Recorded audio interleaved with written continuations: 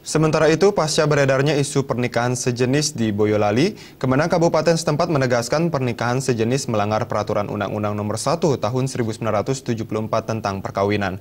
Di negara Indonesia, melarang keras tentang perkawinan sesama jenis.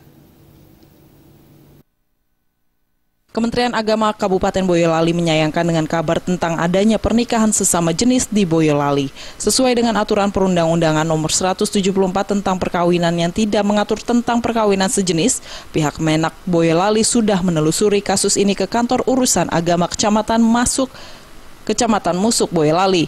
Pihak Kemenak memastikan tidak ada kejadian pernikahan sejenis antara D. Darino alias RAK Ratu Airin Carla dan D. Dumani di daerah Musuk Boyolali dan tidak ada unsur pemalsuan dokumen. Dengan adanya peristiwa seperti ini, Kemenak berharap tidak ada lagi peristiwa yang melanggar norma agama, adat, dan budaya di Boyolali. Prinsipnya dengan adanya peristiwa ini, kami dari Kementerian Agama sangat menyayangkan, karena memang kalau dilihat dari aturan sesuai dengan Undang-Undang Perkawinan 174 memang tidak mengatur tentang perkawinan sejenis. Maka saya yakin bahwa pernikahan itu tetap tidak terjadi di Kementerian Agama.